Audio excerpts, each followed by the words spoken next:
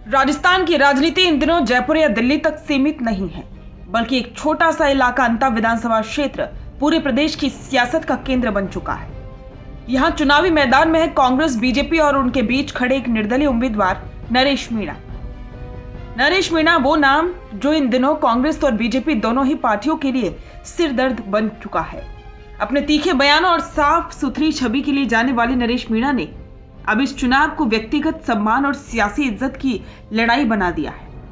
हाल ही में एक इंटरव्यू के दौरान उन्होंने जो बयान दिया उसने राजस्थान की राजनीति में जैसे हलचल मचा दी। नरेश मीणा ने कहा, कांग्रेस में सचिन पायलट को तवज्जो नहीं देना कांग्रेस की दुर्दशा का सबसे बड़ा कारण है। उन्होंने कहा कि आज कांग्रेस की हालत इसलिए खराब है क्योंकि पार्टी ने सचिन पायलट जैसे नेता से टिकट वितरण को लेकर राय तक नहीं ली। दरअसल अंता विधानसभा सीट से नरेश मीणा ने खुद कांग्रेस का टिकट मांगा था, लेकिन टिकट मिला पूर्व मंत्री प्रमोद जैन भैया को। श्री मेवाड़ हेलीकॉप्टर मानसरोवर जयपुर लेकर आया है आपके लिए बहुत बड़ा उपहार।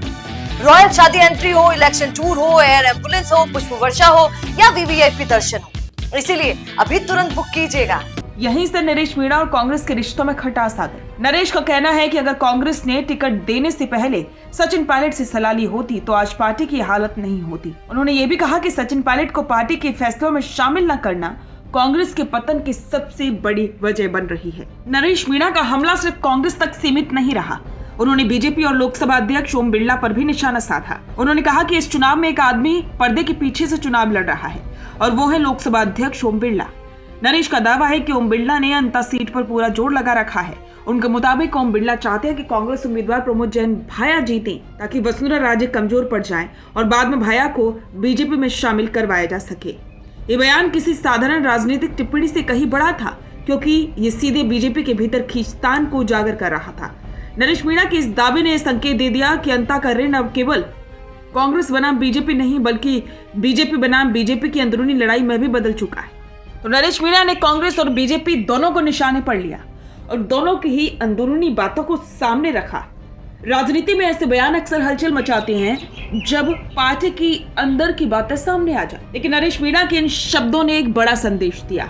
एक तरफ जहां बीजेपी तो वहीं कांग्रेस अपने ही मजबूत चेहरों की आवाज को नजरअंदाज कर रही है। सचिन पायलट का जिक्र किया नरेश मीणा ने। जैसे ही जिक्र किया, कांग्रेस के उस अंदरूनी दर्द को सार्वजनिक कर दिया जिसकी चर्चा पार्टी के भीतर तो होती है पर मंच से कई बार होती है। अंता का ये चुनाव सिर्फ एक सीट की लड़ाई नहीं रह गया, ये बन चुका है एक सम्मान की जंग, जहां हर बयान, हर मंच और हर भीड़ राजस्थान की राजनीति की नई कहानी लिख रही है। नरेश मीणा के तेवर और सचिन पायलट का नाम दोनों ने मिलकर अंता को पूरे प्रदेश का सियासी हॉटस्पॉट बना दिया है। अब देखना है कि क्या नरेश मीणा के बयानों का असर मतदान पेटियों तक पहुंचेगा या फिर ये बयानबाजी सिर्फ राजनीतिक शोला बनकर रह जाएगी। बिजनेस अच्छा हो सकता है, लेकिन अगर नाम नहीं दिखा तो पहचान कैसे बनेगी?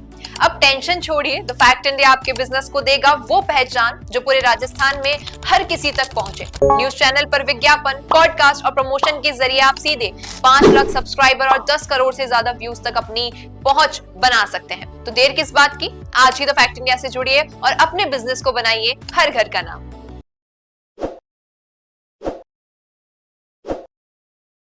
ताज़ा खबरों के लिए विजिट करें द फैक्ट इंडिया की वेबसाइट और डाउनलोड करें द फैक्ट इंडिया ऐप।